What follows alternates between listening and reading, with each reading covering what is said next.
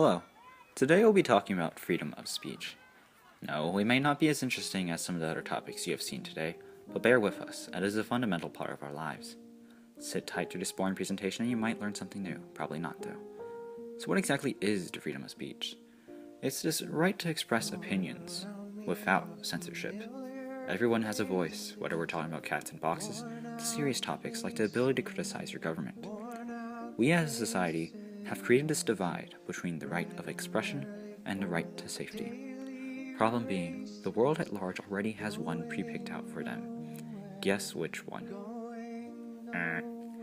Our founding fathers believed that if freedom of speech is taken away, then dumb and silent we may be led, like sheep to the slaughter. George Washington, 1783. And that still rings true today, where 55% of the world is lacking basic civil rights and liberties. Quite frankly, sheep deserve to baa, or whatever sheep make. Sheep are stupid animals, this is a metaphor, people aren't literally sheep. Historical precedents show us governments who silence their people have long, ugly, documented histories of exploiting them. The goal of censorship and repression appears to be a noble cause. Unstable societies want order, and sometimes you do have to sacrifice rights. In reality, they always go too far. That wasn't a metaphor, and then they stay that way. This is us drawing a map of the world. Never mind, maps are hard. Here is the map of the world, conveniently color-coded based on the Freedom Index, and as a bonus if you call right now, here's a pie chart.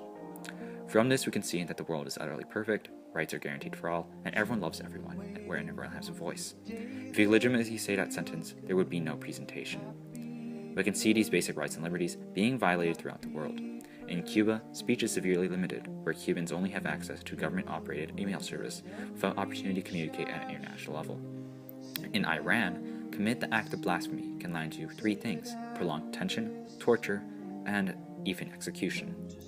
And moving down to China, where the act of getting and sharing information with others is very limited by government intervention. On a slightly more interesting topic, how exactly do these countries manage to keep everyone quiet? Billions of dollars in enforcement, and at the expense of governmental legitimacy. Modern-day China, as our example, uses the Great Firewall and over 50,000 government workers to police the internet. In Cuba, on the other hand, use of keywords leads to automatic shutdown of the computer for quote-unquote state security reasons. And the most subtle censorship is when governments slow down information access.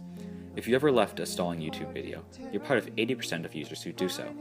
And small things add up. Learning becomes harder when governments control internet speeds and convenience.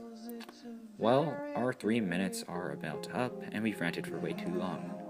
We realistically understand that there isn't a way to bring a voice into Cuba, China, North Korea, but in the many partially free countries, activism for expression can and has worked in the past.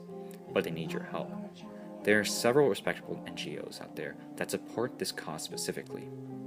This is an issue that the world needs to care about. This is an issue that should be spoken about. Join the cause, speak up, and speak loud, because these people can't. And if that wasn't emotional enough for you, here's a puppy. Alright, okay, thanks, bye. All around me are familiar faces, worn out.